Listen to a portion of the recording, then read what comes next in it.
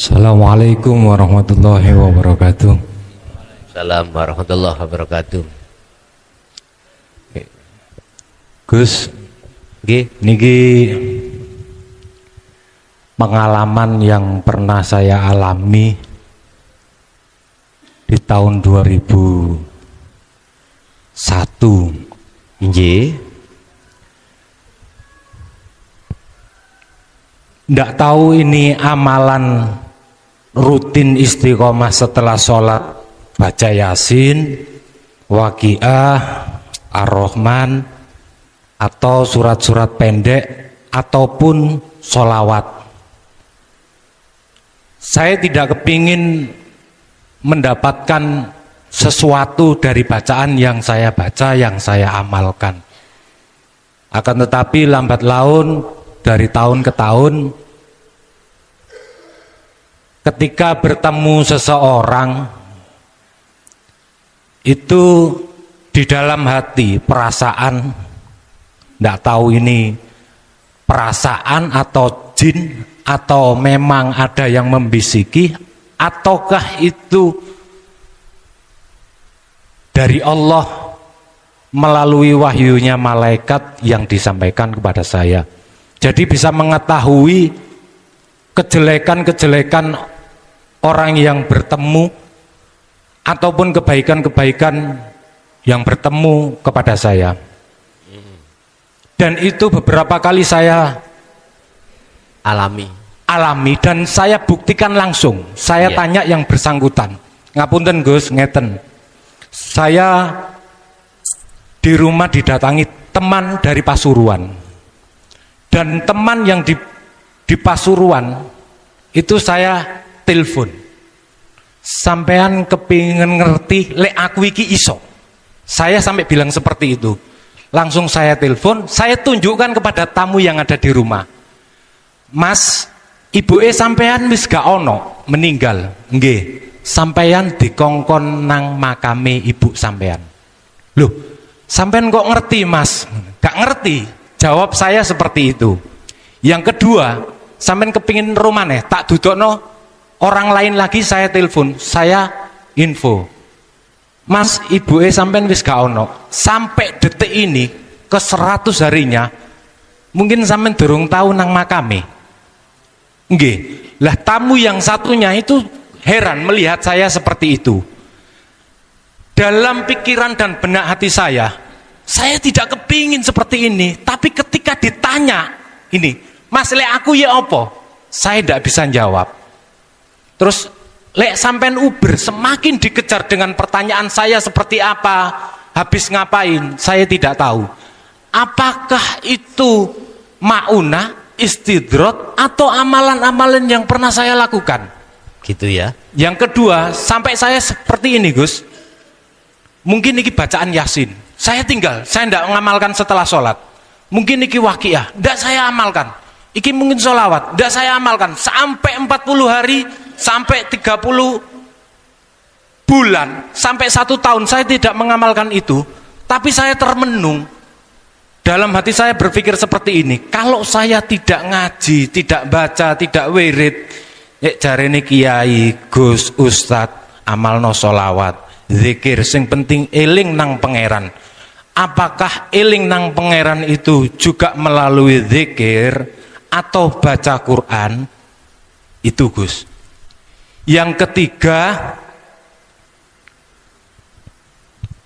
dulu pernah bilang seorang kiai, man arafa nafsahu faqad arafa rabbahu. Barang siapa yang mengetahui dirinya, maka mengetahui Tuhannya. Apakah mengetahui diri saya di hadapan ini ada saya? Oh iki lo wujudku, kembaranku, ya iki pangeranku. Opo iki ketika saya bertemu ero awakku dewe, ya iki aku sing ero pangeran iki. Ngoten Napa ngoten? Nggih. Matur nuwun. Ihdinas siratal mustaqim. Assalamualaikum warahmatullahi wabarakatuh. Waalaikumsalam warahmatullahi wabarakatuh. Bismillahirrahmanirrahim. Assalamualaikum warahmatullahi wabarakatuh. Para pemirsa yang dirahmati Allah, pada perjumpaan kita kali ini, kami akan menyajikan kajian dari Kiai Haji Mukhlason Rosyid dari Mojokerto. Marilah kita simak bersama. Setiap amaliyah apapun, bila mana diwadifahkan, ini konteksnya kita tidak membahas tentang dinul haq ya. Konteksnya, konteks pertanyaan pertama. Siapapun ketika kita mengamaliyah bacaan apapun, itu diwadifahkan, diistiqomahkan, pasti akan memunculkan satu karomah. Apa sih karomah itu? Karomah adalah satu kemuliaan dari Allah. Yang dengan karomah itu nanti akan bisa memberikan warid kabar terhadap kita terkait masalah apapun, sesuatu yang belum akal ketahui, atau sesuatu yang belum terjadi, atau sesuatu yang sedang terjadi. Yang terjadi itu di luar kita. Contoh ingkang panjenengan contohaken mau, itu ada warid yang ada di dalam jagatnya hati ruhaniyah jenengan, meletupkan satu bisikan atau bahasa habar yang menghabarkan tentang masalah apa yang jenengan telepon wau. Dan atau gini, ada tamu, entah tamu orang yang jenengan kenal atau tidak kenal, dia akan curhat terhadap jenengan. Sebelum tamu itu mengutarakan perkara curhatannya, Anda sudah dikasih tahu Allah apa yang akan curhatkan. Akhirnya Anda meletus dulu,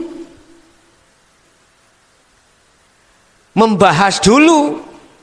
Akhirnya jenengan sebagai tamu diem sambil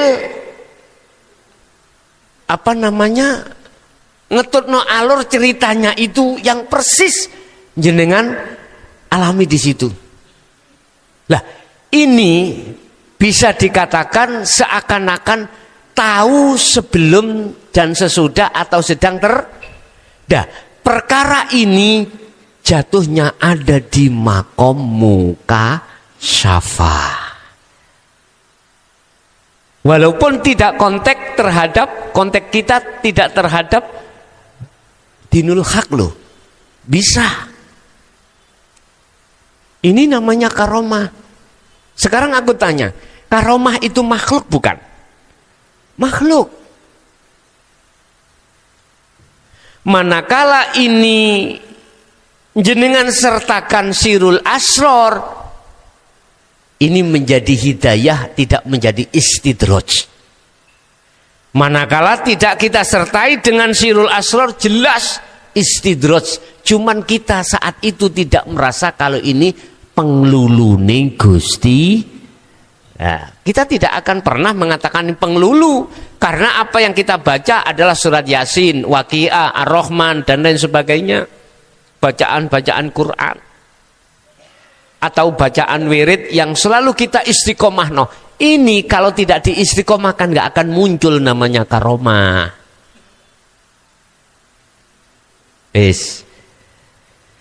Saya tidak mengatakan jenengan menyertai sirul asror atau tidak pada saat itu, enggak. Cuman saya menggambarkan kalau disertai sirul asror tidak menjadi istidrat tapi hidayah.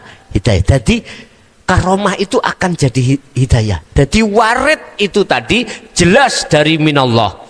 Tetapi ketika saat itu kita belum memegang sirul asror dan melaksanakan dan menyertakan di dalamnya, maka jelas itu adalah istidrat, prosesi dari warid minasyaiton. Maaf. Mungkin bisa dibuka di dalam bab masalah istidrat dan hidayah di hikam, ya, atau bab warid.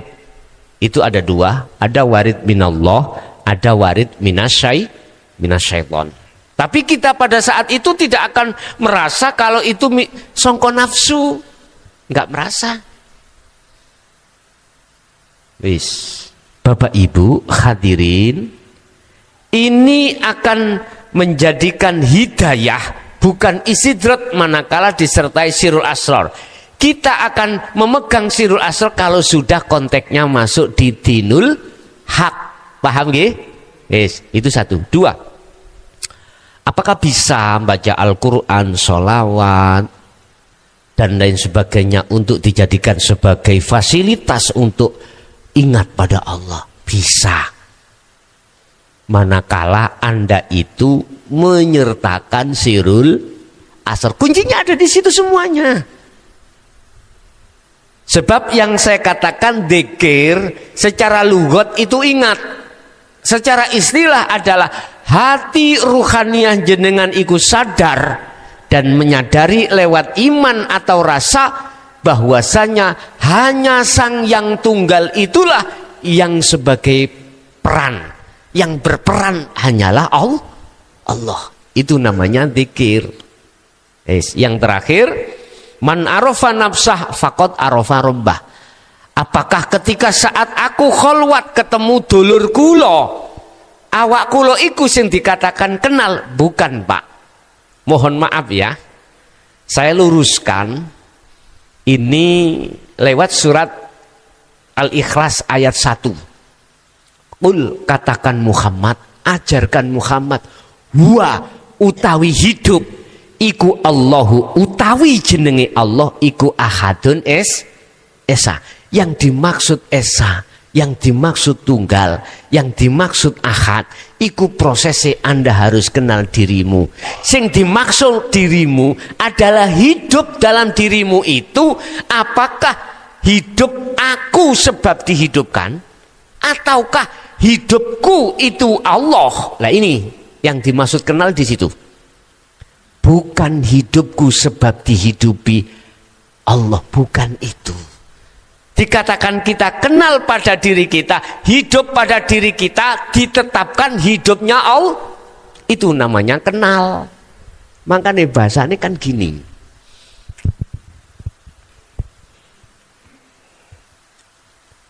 Man ngarofa nafsah, man arofa nafsahu yo faqat ngarofa robbahu.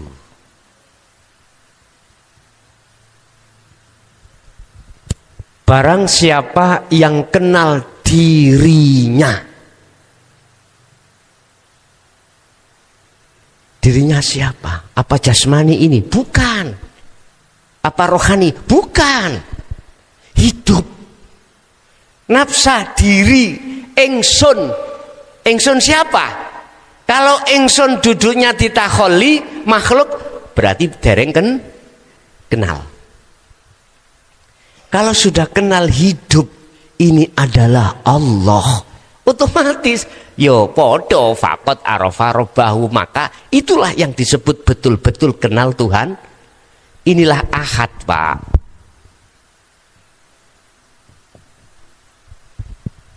Niki.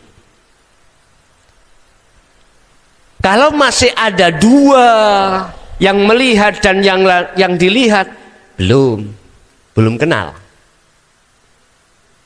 Udah, kita urai lagi. Asal muasal kita nggak ada toh Pak ya.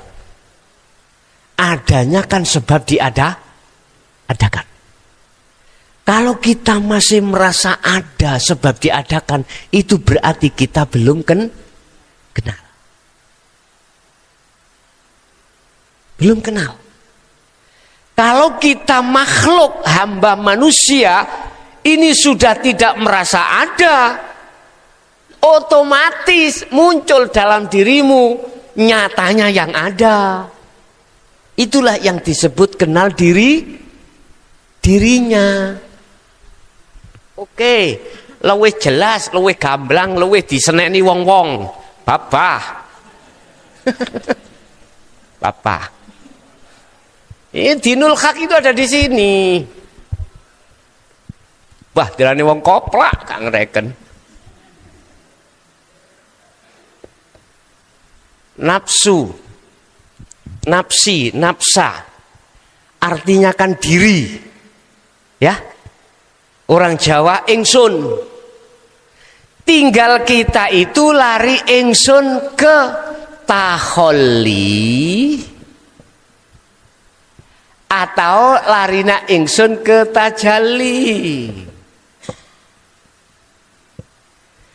Kalau larinya nafsu ingsun taholli, otomatis aku ono sebab di ono no sing on wesi. Ini juga proses kita ketika berhablum minan nas, Pak. Ini kan proses hukum syariat toriko ada di sini. Memangnya harus gitu. Makanya jenengan kudu nyembah-nyembah pada mursyid karena proses taholli ini. Tapi ngunu yo ngunu, tapi ojo ngunu. Artinya, teruskan proses Anda di hakikat supaya makrifat. Harus duduk nafsu, nafsi, nafsan ini ditajalli. Ingsun yang muncul ingsunnya Allah, bukan ingsun makhluk. Setelah ingsun makhluke iki sirno. Sirnane sebab jenengan gelem bali asal tidak ada. Saged diterima? Pun paham nggih? Nek durung paham tak wali emane kopi aku. Loh, dulu Pak ngene iki lho disingitno gak wani. Iya. Gak berani. Bapak Ibu hadirin, inilah proses nafi isbat itu di sini. Menafikan, membersihkan ruhaniyah kita dari perkara-perkara yang ditimbulkan oleh nafsu, akhirnya muncul taholli. Proses iki difanakan, dibersihkan. Setelah itu isbatkan, ditetapkan ingsunnya Allah. Makanya tauhid la ilaha illallah huwa anta terakhir ana. Surat Al-Anbiya ayat 25 Allah katakan wa ma arsalna min qablika mir rasulin illa nuhi ilaihi annahu la ilaha illa ana fa'budun. Muhammad, aku tidak pernah mengutus utusan sebelummu, termasuk dirimu, kecuali harus mau mengemban wahyu inti dariku. La ilaha illa ana, tidak ada Tuhan kecuali aku. Ya iki Pak, akunya karena nun vaksin duduk di tajal. Artinya Rasulullah juga mengajarkan pada saat itu terhadap para sahabat terkait inti daripada wahyu di dalam surah Al-Anbiya ayat 25. La ilaha illa ana. Mengapa saya berani mengatakan di situ? Setelah ana ada kalimah lagi fa'budun, kata perintah. Perintah menjelaskan, perintah menjalankan, perintah ngaji, perintah ngelakoni ngaji tok, gak sampai ngelakoni, gak berbuah apa-apa. Ngaji penting untuk ajar mengajar, tapi lebih penting untuk mengamalkannya, mempraktekkan.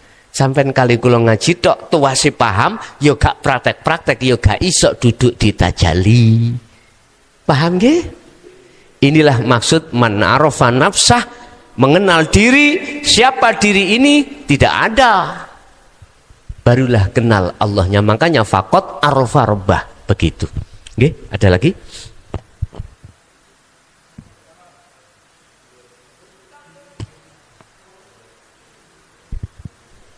Ya, tiang estri wonten. Miki situnggal kas tiang estri gantian. Assalamualaikum Gus. Waalaikumsalam. Alhamdulillah kula kepanggih jenengan, mergi kula kan tiang Lamongan Gus. Alhamdulillah. Nggih, Badhe tanglet Gus. nggih. Napa tiang ingkang suluk sampun ten makom tajalli? Napa tasih wonten nafsu sing mboten sae? Terus nomor kalian nek tiang pun suluk ten makam Tajali niku urip niku kados berpura-pura Gus. Berpura-pura. Nggih. Kosong. Napa niku sing disebut Tajali Gus? Ngoten nggih. Nggih, matur suwun. Ngeten. Ketika saya belum sampai ke Bronggalan dalam perjalanan, masih bahaya mboten? Nubruk arek, kecelakaan, ngantuk, kentekan bensin, dan itu masih berlaku kak hukum seperti itu? Masih berlaku. Tapi ketika saat sudah detik-detik di majelis niki, bahaya-bahaya tadi berlaku buka terhadap kula? Mboten berlaku. Tetapi kalau saya nanti pulang lagi di tengah jalan, ya termasuk kita dihantui oleh kentekan bensin, kita ngantuk dan lain sebagainya. Bahaya-bahaya itu ada. Artinya apa? Ketika ruhaniyah itu masih proses dalam perjalanan, nafsu tidak akan pernah ridho terhadap ruh untuk sampai ketemu Allah. Wa yasudduna an sabilillah. Nafsu itu akan terus, mohon maaf, ngalang-ngalangi. Ojo terus nongko kamu gak iso balik, jasadmu mati kamu. Wedi Pak, balik maneh gak dikir turu, wedi dunsel bojone. Lho nggih. Ketika saat kita berkholwat, uzlah iki dimasukkan Allah, diuji di dalam alam kasyaf, masuklah kita ruhaniyah ini dimasukkan ning alam jabarut. Bertemu ya, jenenge Dajjal, bertemu pada iblis. Wedi Pak, jenenge dasare awak dhewe wong wedian. Gak ditutupno, dunsel nang roke bojone wedi.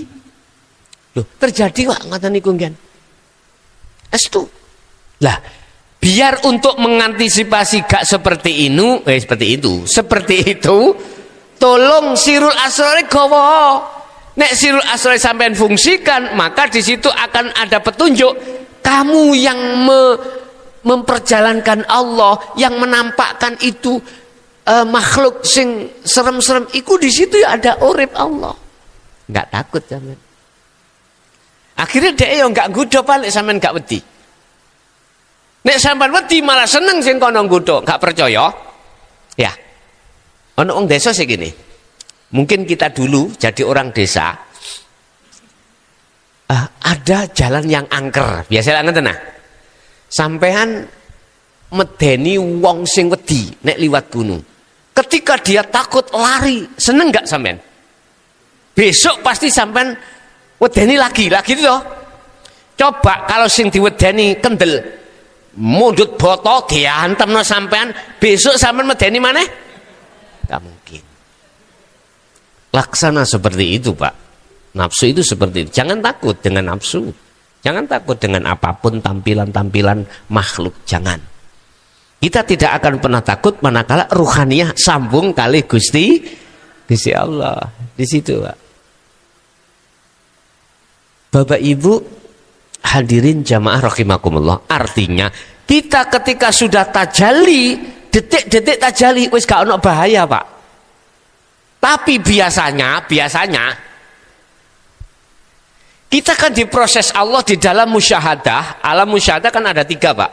Ada tiga golongan, tiga kekasih Allah.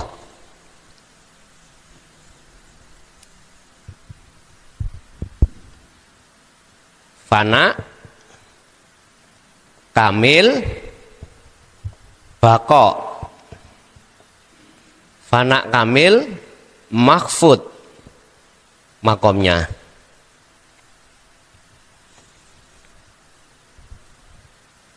Bako maksum. Ketika sudah masuk di musyahadah, wonten fana. Iki fana ini 24 jam kita itu ditajali itu sedikit.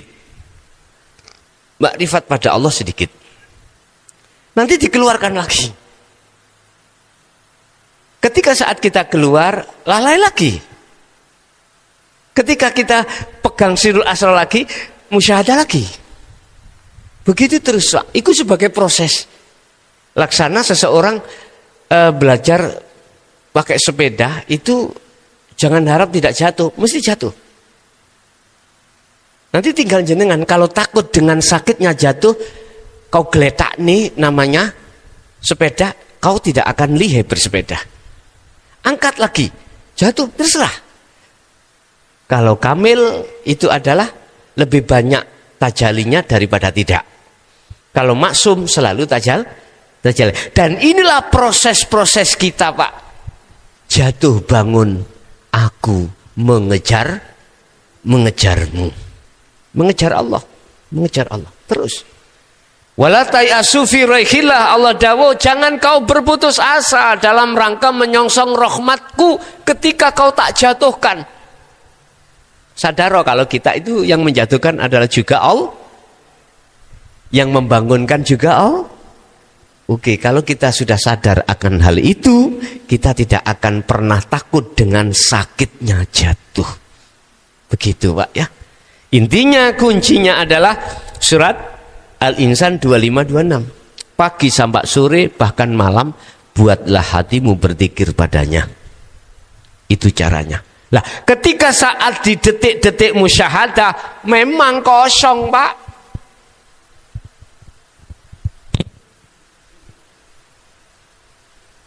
Cetok? Paham betul? Mejanya sudah enggak ada. Nama kolongan juga sudah tidak ada. Laisa kamislihi syai'un. Ya ini. Kita mengatakan iki kosong sebabnya melihat dengan mata iki lo culeken. Yang kosong iki justru yang kita mengatakan berisi padat dan wujud dengan ainul basiroh, jangan ainul basari. Makanya Syekh Ibnu Athaillah mengatakan, jikalau sifat basariahmu itu masih muncul dalam hatimu, jangan harap kau itu bisa menyatakan akan wahdatul wujudnya Allah. Nggak akan pernah bisa. Gus tambah serem ngaji ini. Tambah bengi, tambah serem. Oke. Jadi leres, Pak, ketika yang disebut tajalli itu yang berlaku hanyalah akunya Allah. Selain akunya Allah sudah tidak berlaku. Sama saya ketika sudah di sini, maka hukum bahaya tadi tidak ada. Tidak berlaku. Kata Rasul, "Shallu kama ra'aitumuni usolli." Biar sholatmu itu tidak terganggu oleh nafsu dalam dirimu sehingga melalaikan Allah. Sholat seperti apa yang aku pernah lakukan, kau tahu aku melakukan sholat. Apa? Jadikanlah sholat syariat menjadi hakikat supaya sampai ma'rifat Allah. Hafidhu ala sholawah was sholatil wusta wa kumu lillahi qanitin ay khashi'in. Baru kalau sudah ruhaniyah jenengan secara hakikat sholat pada Allah masuk dalam surah apa? Tadi surah Al-Baqarah 238, akhirnya Allah katakan dalam surah Al-Mu'minun ayat 1 dan 2, qad aflahal mu'minun alladzina hum fi sholatihim khashi'un. Tidak masuk pada surat fawailul lil musallin alladzina hum an sholatihim sahun lalai. Bon, ada lagi?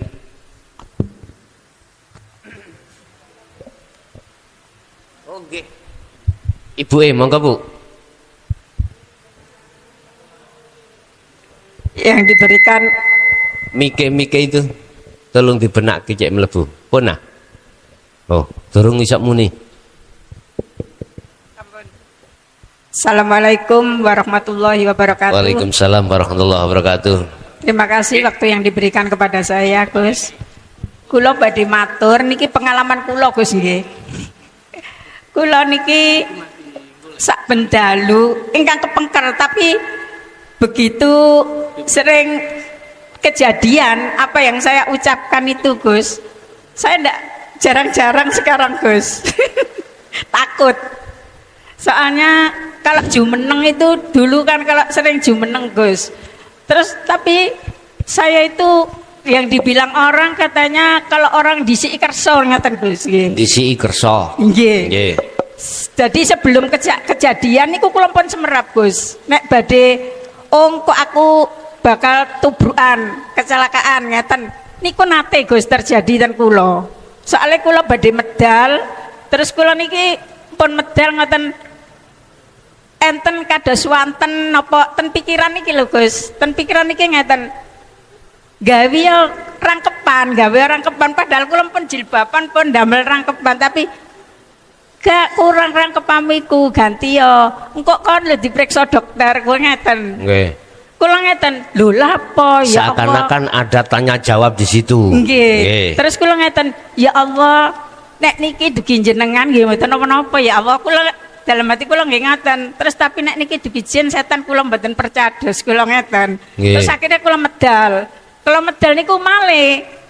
Mboten kula reken, mboten kula turuti. Terus kula medal niku diomongi ngoten malih terjadi. Terus ngoten kula, ya wis aku tak nggih rangkepan kula coplok sedaya terus kula rangkepan double ngoten niku Gus. Tapi kundure niku kejadian temenan Gus, kula kecelakaan saestu. Nggih. Lah niku napa sing dinamekaken apa kejadian itu disiki kersa ngoten lho Gus. Lah terus kados ngeten. Wis ayo mulai ini bapaknya bilang gitu ngene. Alang kok adem-adem nok nggone motor ngene. Lho itu lho Gus dingin beneran padahal itu panas Gus. Panas tang-tang tapi saya pulang tuh merasa dingin sama bapaknya itu. Dan waktu malam itu Gus, saya kalau mau tidur itu saya membaca surat Al-Mulk. Surat Al-Mulk. Al-Mulk. Nggih. Niku setiap mau tidur. Tapi karena saya pernah ndak membaca, itu pernah ndak bisa tidur Gus. Ngoten niku pripun Gus? Ngoten. Nggih, sampun matur nuwun. Assalamualaikum warahmatullahi wabarakatuh. Tetep apa sing sampean critakne iku jalure ning mukasyafah. Bukan ning musyahadah. Sebab golongan musyahadah iku Allah sudah katakan ala inna auliya Allah la khaufun alaihim walahum yahzanun. Yang disebut kekasih Allah, aulia kekasih, piro-piro kekasih Allah, cirine la khaufun alaihim walahum yahzanun. Hanya itu. Tidak ada rasa takut, khawatir, gelisah dengan apapun. Karena apa? Karena sudah tahu siapa sebenarnya sing ngatur. Sampai ngerti Petro wayang kulit niku. Tahu Petro iku wedi? Mboten tahu. Meneng ae. Sebab wis ngerti sing nglakokno iku dalang. Dalang iku nek mati mboten dibancaki, Pak. Dalang. Sebab dalang iku kadal malang. Maka nek mati gak tahu dibancaki. Tahu. Al-auliya, para kekasih Allah itu sudah ruhaniyahnya itu sudah klik terus bahwasannya imannya itu hanya Allah yang segala-galanya yang berperan. Jadi nggak ada rasa khawatir karena dirinya sudah paham kalau tidak bisa apa-apa, kalau tidak diapa-apa, la haula wala quwata illa billah. Bila mana ngerti sesuatu yang akan terjadi, itu adalah konteksnya di dalam kasyaf, bukan di musyahadah. Dan ini bisa dilakukan dan bisa terjadi para aulia iku mau yoan. Tapi keterangannya bukan ciri tanda-tanda aulia Allah. Walaupun beliau itu diberikan Allah sebuah karomah, bisa tahu akan terjadi. Lah, ini pun bisa terjadi pada mereka yang tidak menjadi kekasih Allah. Punya amalan, diistiqomahkan, akhirnya jadi karomah tadi, kasih tahu apa yang akan terjadi. Bisa seperti itu. Cuman bedanya ya, kalau yang aulia illah bisa kembali pada Allah. Kalau yang bukan, nggak mungkin bisa kembalinya pada makhluk karena karomah dan lain sebagainya. Sama halnya gini, Pak. Saya ini kelangan PT, tahu PT ayam. Masuklah ke kandang. Di bawah kandang itu apa namanya? Singitan yang jero niku lho. Kolongan. Keadaan yo gelap, kita nggak akan bisa tahu. Boleh sampai membawa sentolop, boleh membawa oncor. Tahu oncor? Oncor dari api loh, Pak. Itu nur namanya, nur cahaya.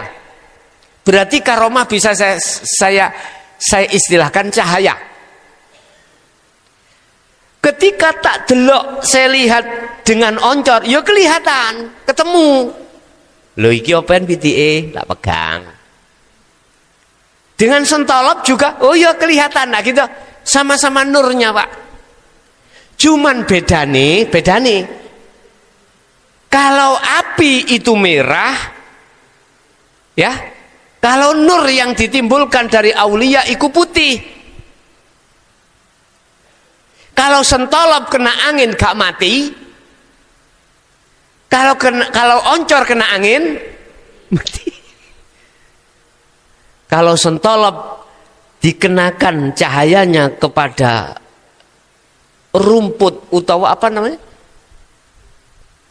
Gadangan iku ana sukete sing garing-garing apa? Rendeng. Ya gak kobong, tapi nek oncor sampean culukno kobongan. Lah ngono to? Itu bedanya. Padha-padha ketoke, padha-padha cahayane, cuman ana bedane. Api panas mboten, Pak? Panas. Sentolop sampean deleh weteng sampean gak panas. Template gak panas. Tapi kalau genine panas. Ya sepele pundi sak kersa sampean.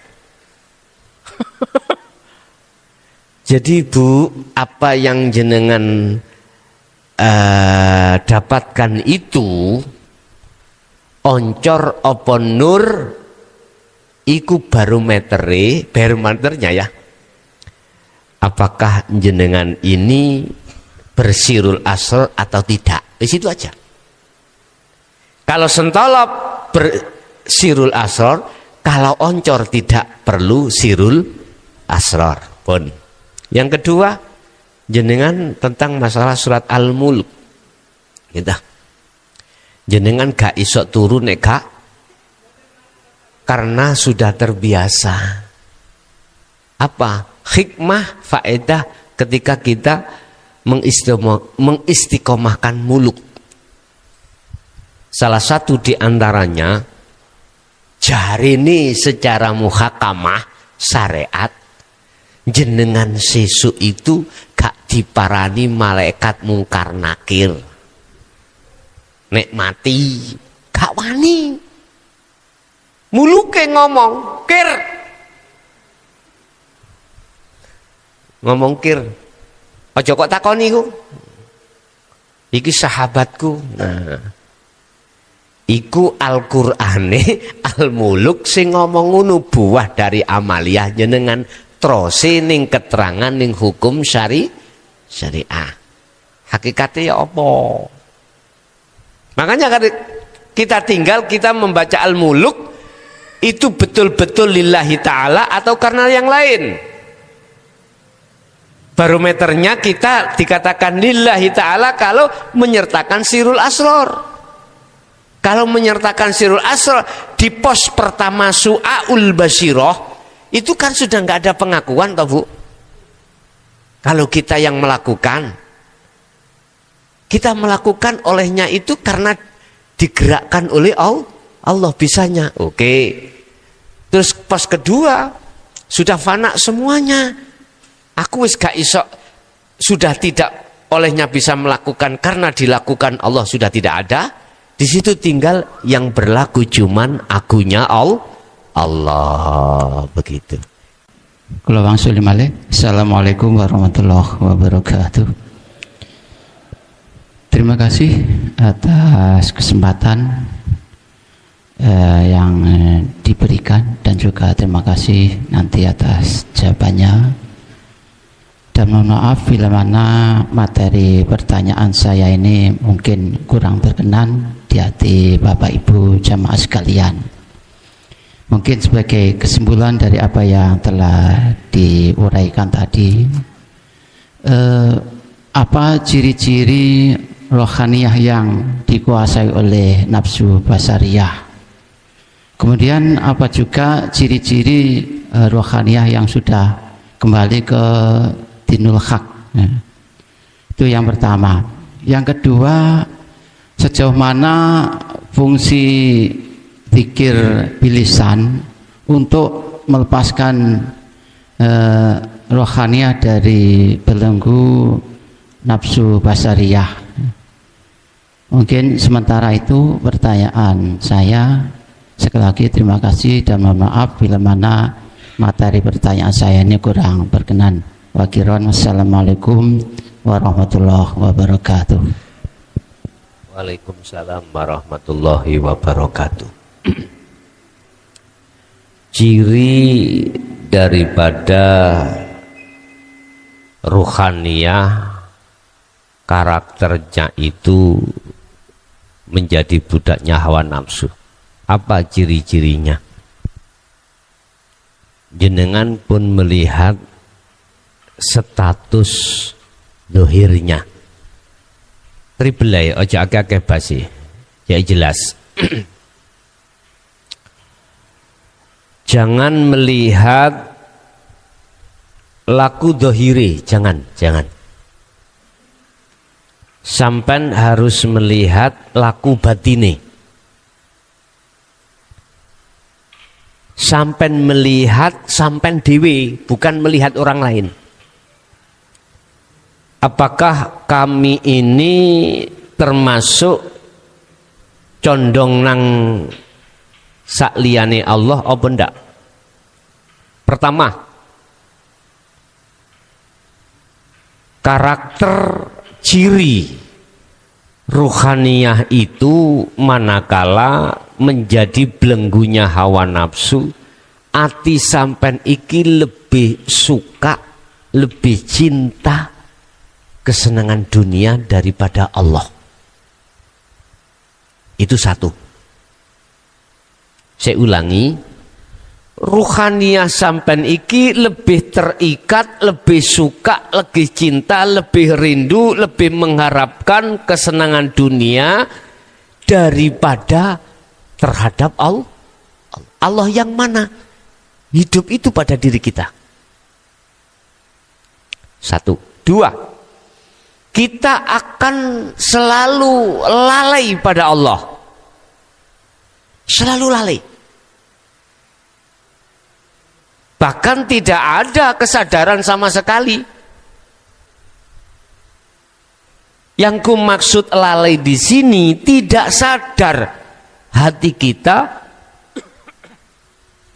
bahwasanya yang menggerakkan kita adalah Allah. Lalai kita dari itu.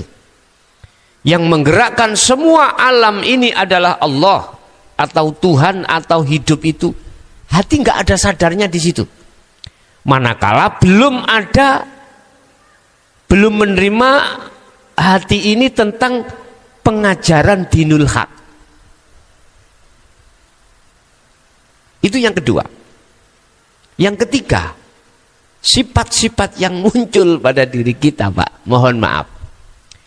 Bila mana ngelakoni ibadah yang sifatnya secara umum loh, ada hubungannya dengan manusia.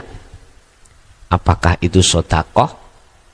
Apakah itu kita membantu orang? Ataukah kita nyun sewu?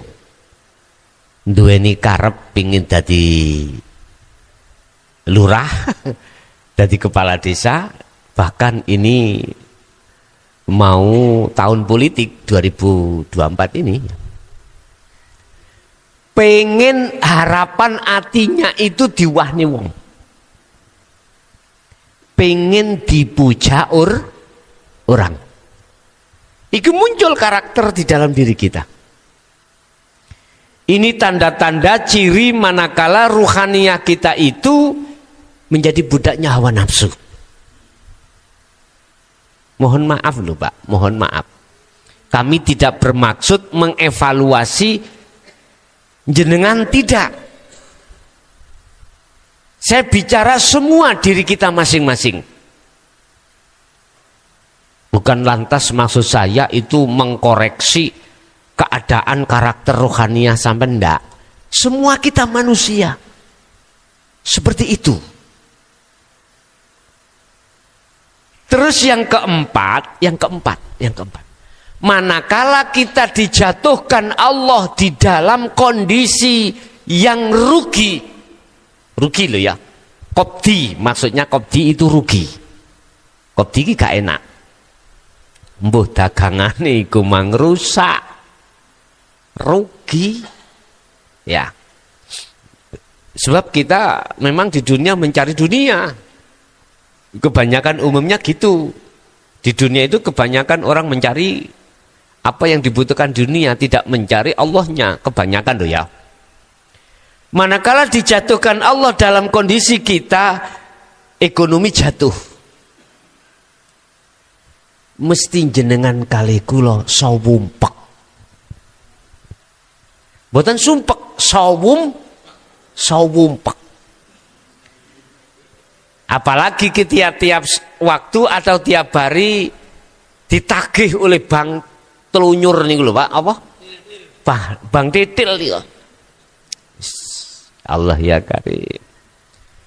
Enggak ada rasa nyamannya ruhaniyah, damainya hati, enggak ada. Estu enggak ada. Jatuhnya kita ruhaniyah nanti gampang susah tatkala Allah menghadapkan kondisi keluarga kita, kebutuhan kita di keluarga itu kekurangan. Dan itu pasti akan terjadi pada siapapun suatu saat. Intinya, kalau dijatuhkan Allah takdir yang enggak enak, mriki lho Pak, perang gerunjal. Tapi enggak isok lesan, enggak bisa menghindar. Karena sudah ketetapan sebagai sunatullah, aku sakit ya sakit. Yang terakhir mesti wedi mati. Padahal dia sudah sadar kalau semua manusia kullu nafsin dha'iqatul.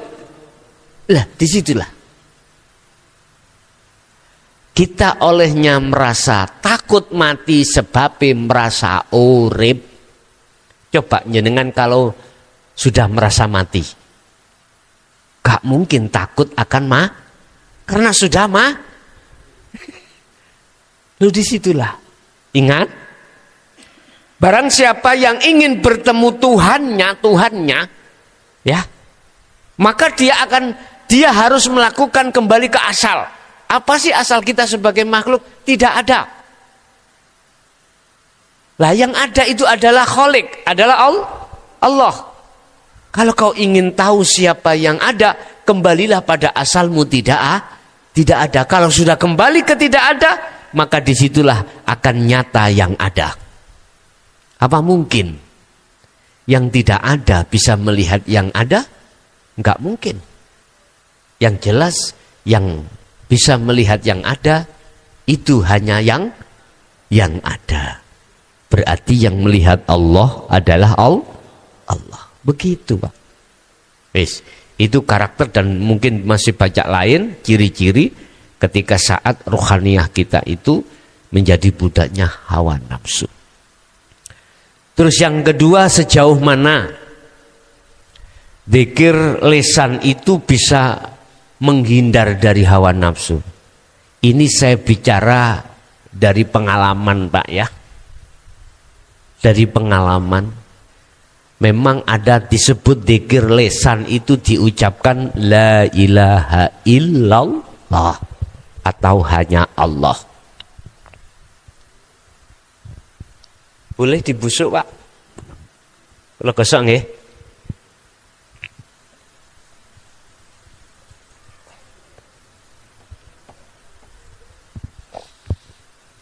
Kita bicara zikir lisan. Pertama, la ilaha illallah. Akhirnya disebut zikir jahri. Diucap di lisan. Orang lain terdengar. Atau tidak lengkap, cukup mengatakan Allah, iki lisan.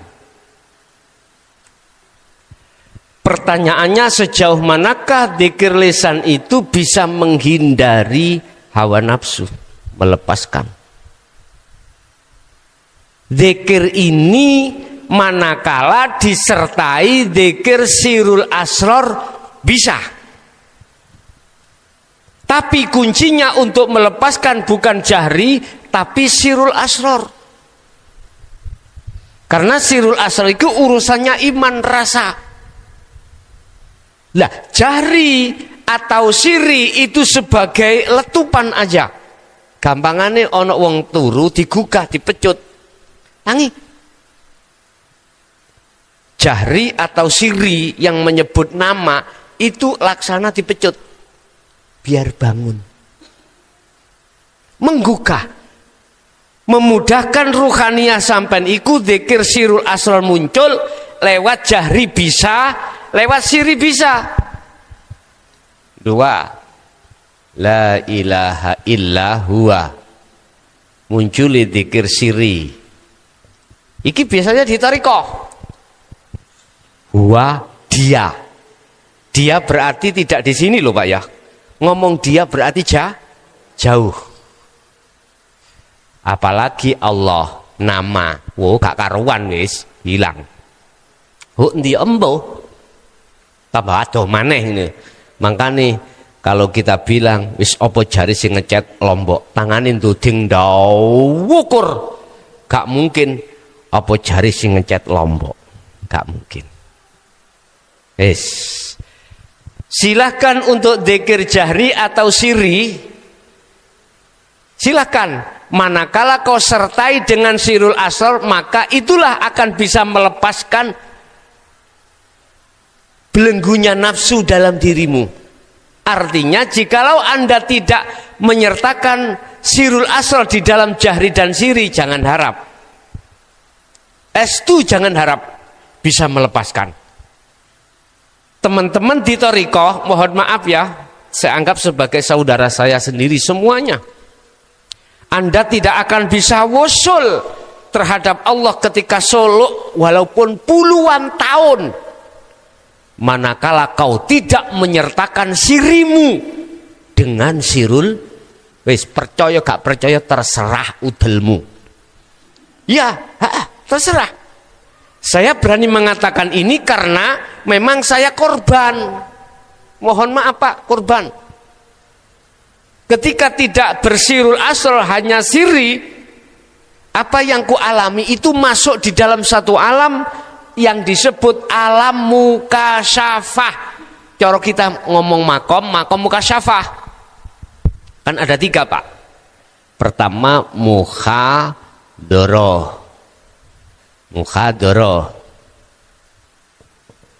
Dua mukasyafah. 3 musyahadah. Ini 3 alam. Mukhadoroh ya alam dunya iki, alami jasad. Mukasyafah alami makhluk gaib. Roh gaib mboten? Gaib. Jin, iblis ikut termasuk gaib. Alamul arwah gaib, semua itu masuk di dalam alam mukasyafah. Ruhaniyah kita ditarik ke dalam mukasyafah, sehingga di dalam hikam dikatakan makom mukasyafah itu ada dua, ada suwari, ada maknawi. Manakala kita tidak memegang sirul asal, mesti kasafnya kasaf suwari. Apa suwari itu? Kita bersukaria di dalam alam mukasyafah. Memang Pak, golek dunyo nok nggone alam mukasyafah gampang gamban. Golek dunyo untuk kebutuhan duniawi ae lho. Kebutuhan kita dunia sehari-hari itu nanti masuknya di dalam makom tajrid. Makom gak usah nyambut gawe duwe akeh. Wiritan tamu podo teko. Lah ya apa lho Pak? Tamu niku mang podo teko, Allah sing nekakno sampean wonten karomah. Gus piye? Iki kula duweni krentek apa pengin nyalokno bupati misalnya. Piye amrene dadi? Pun sik entenono sik. Kasape Pak dibuka. Sret mlebu nang nggone Lauhil Mahfud. Kaya iku gak dadi ya apa iki? Gus, usahane Gus, temen lho. Namanya catatan kan belum jadi takdir ya Pak ya. Yang berhak ngubah itu kan Gusti Allah. Iki mahari gede iki. Isa uga wis dibuka ning kono. Nggih mohon maaf lho ya. Bukune dadi Pak, tapi ngomong wah iki kok gak dadi iki apa ya abot iki tirakate. Wis Gus temen lho Gus sampean usahane apa dadi wis sampean mahari pira sak njeplak sampean. Lho gampang nggih. Mergo aku tau ngakoni. Jujur mawon Pak, makanya kalau katakan saya korban. Apalagi waktu tahun 2000 usum rame-rame togel. Lho gelangsingan Pak duit kula Pak. Wes tuh. Yang niku iki yo kudu mobil situ, sawah situ, omah situ, ya apa? Wipun kula jamin nek dadi wis teken. Lah ngoten nggih. Lah mang diintip lho Pak, karomah itu dikei apa? Dikei Gusti Allah istidraj. Penglulu. Iya tenan dadi. Lho, gampang toh? Oleh mobil, oleh sawah, oleh hari bojone durung. Wis tah ngomong digolekno purel model apa? Wong dadi ya iki mange. Wis gak eman, Pak. Lho tenan. Gampang toh? Tapi ingatlah, iku bukan petunjuk, iku bukan hidayah, tapi istidraj, penglulu. Mengapa saya dikatakan istidraj? Karena itu membelenggu ruhaniyah saya, tidak bisa sampai pada Allah, ngelimbung nok nggone alam mukasyafah. Makanya Syekh Ibnu Athaillah mengatakan itu kasab suwari, kasab di mana tidak bisa masuk ke musyahadah. Tapi kalau kasabnya maknawi, lah ini Pak aman. Apa kasab maknawi? Kasab di mana Anda akan bisa meloncat satu langkah ke musyahadah. Tirinya adalah mesti Anda sudah memegang sirul asrar.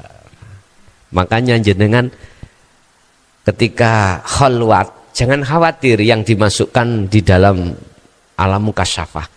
Jangan takut, jangan khawatir. Manakala Anda sudah memegang sirul asrar. Kasabmu jadi kasab maknawi.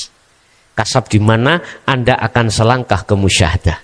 Apa alam musyahadah? Alam kebukanya gaibnya Allah. Yang asalnya kita ada tutup, akhirnya Allah gaib. Kemudian tutupnya hilang, Allah jadi nyata. La ilaha illallah al-malikul hakul mubin. Lah sirul asrar itu munculnya dari zikir nomor 3, la ilaha illa anta Subhanaka inni kuntu minadz zalimin. Sirul asrar. Yang terakhir nomor 4, la ilaha illa ana. Inilah fana'u dzikri. Wis entek wisan, habis sudah sampai. Wis enggak ada pengakuan sama sekali dalam diri jenengan. Wujudnya sudah tidak ada dan lain sebagainya. Seperti ini, Pak. Ini meja. Terus di bawah meja longan. Apa? Kolongan. Kita mengatakan kolongan karena ada meja. Oke. Meja ini tak hilangkan, kolongannya kemana, Pak? Nggak ada. Inilah yang disebut ahad, itu seperti itu. La ibsarun wa mubsarun wa basarun. Mungkin dibuka di dalam hikam. Disebut amal arif, orang yang sudah makrifat pada Allah, dirinya sudah fana, sudah tidak ada, nama Allah sudah tidak ada, nama apapun sudah tidak ada. Yang melihat, yang dilihat, mata untuk melihat sudah tidak ada. Terus nama apa? Tidak bisa menyebut. Kalau disebutkan begini, Pak. Ammal arifuna la yarawna li anfusihim syai'an. Jangankan makhluk lain, dirinya pun tidak ada. Ketika muncul apapun sudah tidak yakin, tidak ada rasa dirinya dari dirinya. Tetapi bal yusyahiduna annal fa'ila huwallahu ta'ala. Hanya Allah yang menjadi fa'il, menjadi pelaku. Lain Allah sudah tidak. Iku umpama boleh diomong seperti itu. Makanya tadi saya katakan, yang bisa melihat yang wujud hanyalah yang wujud. Begitu tadi. Sejauh mana dzikir jahri itu bisa melepaskan dari belenggunya nafsu.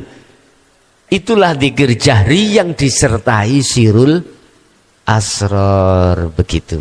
Ya, ada lagi?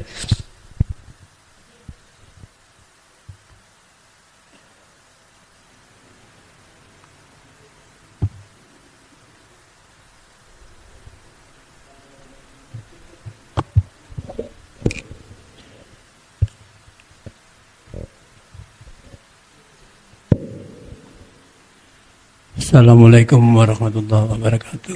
Waalaikumsalam warahmatullahi wabarakatuh. Ngapunten Gus, derek tanglet niki dugi pengalaman nggih. Di saat kula niki tilem biasane niku tetap melakukan zikir. Lajeng kok terus niku raosnipun tuh munggah-munggah kula tutaken mawon. Terus di saat niku ningali jasad kula niku muter. Teng mriku terus ada bacaan-bacaan niku nggih kula niki kan mboten sepinten paham kali Quran. Nah, saya cuma bacaan-bacaan niku terus lajeng terakhir niku surat Al-Baqarah ngoten mawon. Lah niku tes pundi Gus pandangan. Ketika saat jenengan iki berkholwat atau zikir dalam kurung uzlah ya, entah uzlah sampan ambek leyeh-leyeh, apa tah ambek lenggah, apa ambek sujud, wis paling tidaklah minimal kalau awak capek jenengan sambil mau berangkat tidur udah wudu dulu, kemudian leyeh-leyeh sambil ngelakokno zikir sirul asrar, minimal gitu. Bila ibu itu ada halangan, boleh gak usah jenengan iki wudu atau mandi, langsung leyeh-leyeh minimal lo ya, wis langsung lakokno sirul asrar. Ketika berjalannya suluk seperti ini atau kholwat lewat dzikir sirul asrar seperti ini, terkadang kita itu diproses Allah masuk di jalur mukasafah dulu seperti Bapak ceritakan tadi. Ya, Bahkan terkadang juga terasa kita dikeluarkan ruh ini dari jasad sehingga melihat jasad. Terus di situ kita ketakutan. Aku iki mati apa gak? Kakean delok film iki mergae. Ya. Delok film kan ngoten Roy medal ya dan lain sebagainya. Akhirnya takut. Balik maneh. Wedi. Lah. Menurut saya jangan. Mengalirlah kau seperti air. Karena kau sebetulnya yang memperjalankan adalah Allah. Ini kalau sudah memegang sirul asror. Kalau nggak megang nggak mungkin menuduh Allah yang beriman. Kalau Allah yang memperjalankan nggak mungkin. Kalau sudah ada sirul asror, imannya mesti jatuhnya di situ. Lah, ketika sampai dimasukkan dalam proses perjalanan seperti ini, jelas itu ada di alam mukasyafah, Bu.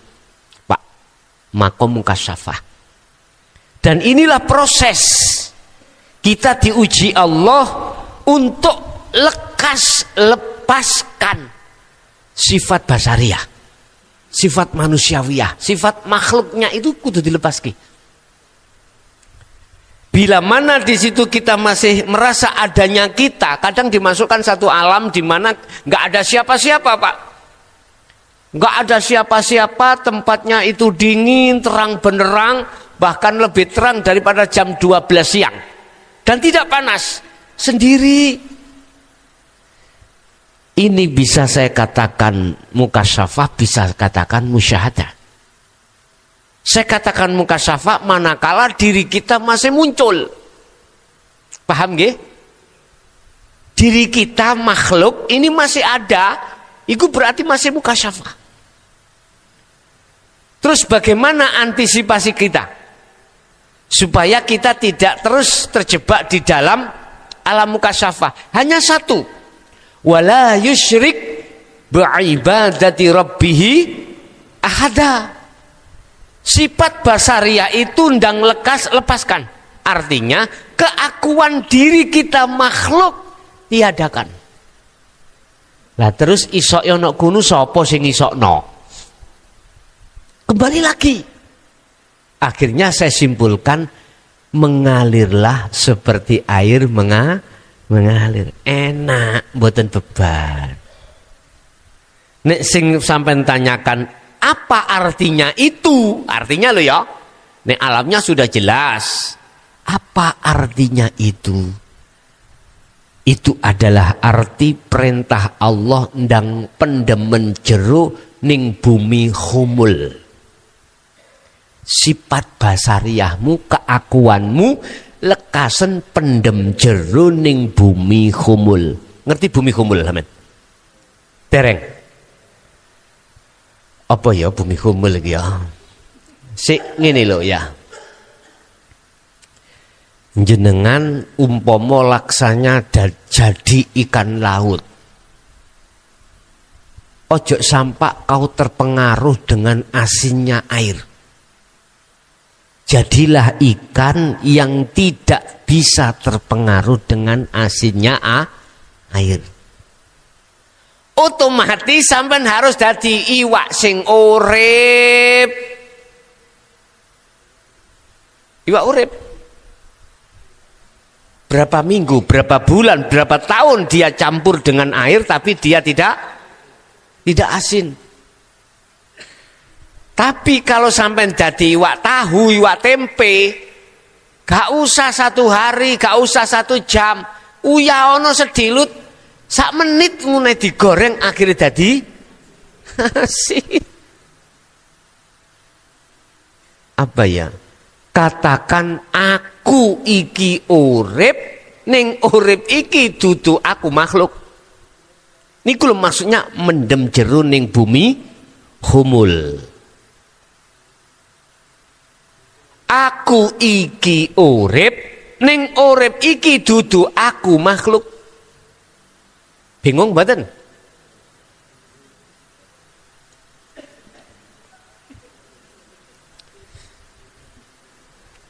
Aku iki urip, ning urip iki dudu aku makhluk. Sik panggah dereng mudeng. Dereng mudeng. Sik pisan kas tak walike goblokku. Aku iki urip. Innani anallah.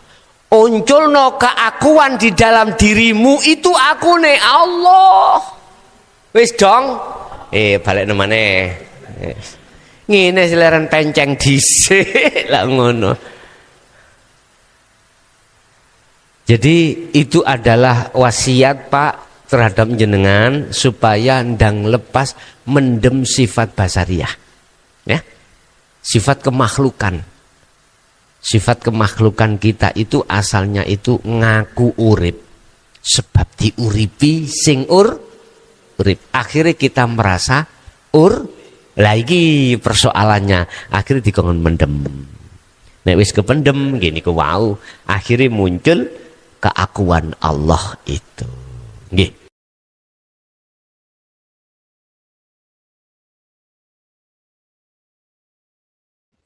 Alhamdulillah telah kita simak bersama kajian dari Kiai Haji Mukhlason Rosyid atau Guson dari Mojokerto, pengasuh Pondok Pesantren Miftahul Ulum Jaya Baru, yang tepatnya beralamat di Jalan Perjuangan, Dusun Gelonggongan, Desa Sumber Tebu, Kecamatan Bangsal, Kabupaten Mojokerto, Jawa Timur, yang menekankan pendidikan holistik yang fokus pada ilmu tauhid dan tasawuf.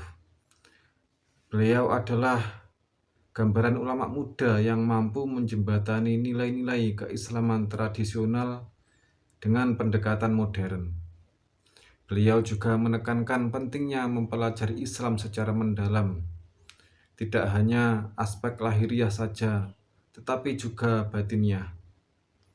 Beliau juga mengajak pendengarnya untuk tidak hanya memanai Islam secara tekstual saja, tetapi juga meresapi maknanya secara spiritual. Semoga kajian-kajian dari beliau bisa kita petik hikmah dan manfaatnya, sehingga membawa keberkahan kepada kita di dunia dan akhirat. Amin, amin, ya Rabbal Alamin. Akhirul kalam, wassalamualaikum warahmatullahi wabarakatuh.